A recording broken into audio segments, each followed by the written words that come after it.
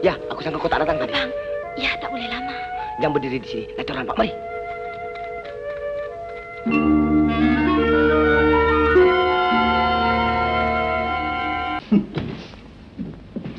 Kau sanggup meninggalkan Zaidah seorang di rumah kerana pergi berjumpa buah hati kau, ya? Abang jangan tuduh sebarangan, bang. Jangan tuduh sebarangan. Aku pun takkan percaya kalau tak kupandang dengan mata aku sendiri. Abang salah sangka. Orang itu...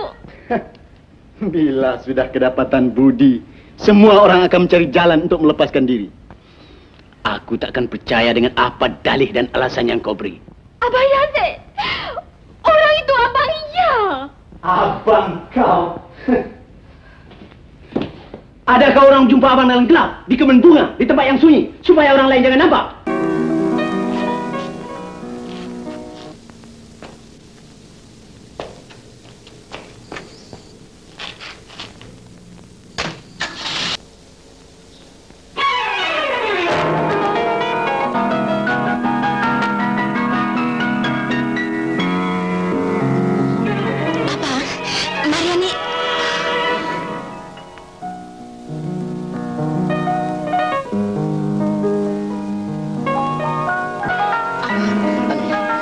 Masih ingatkah kau peristiwa ini, Ani?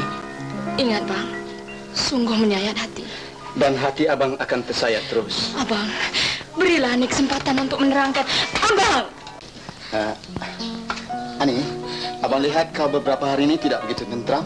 Tidak. Kenapa, bang? Jangan sembunyikan punca, Ani. Nanti rosak jiwa kau. Sumpah tidak, bang. Kenapa? Air muka kau dapat kubaca, Ani. Itu hanya sangkaan abang saja. Kau berubah, Ani, sejak bila, bang? Sejak Murad pulang dari England.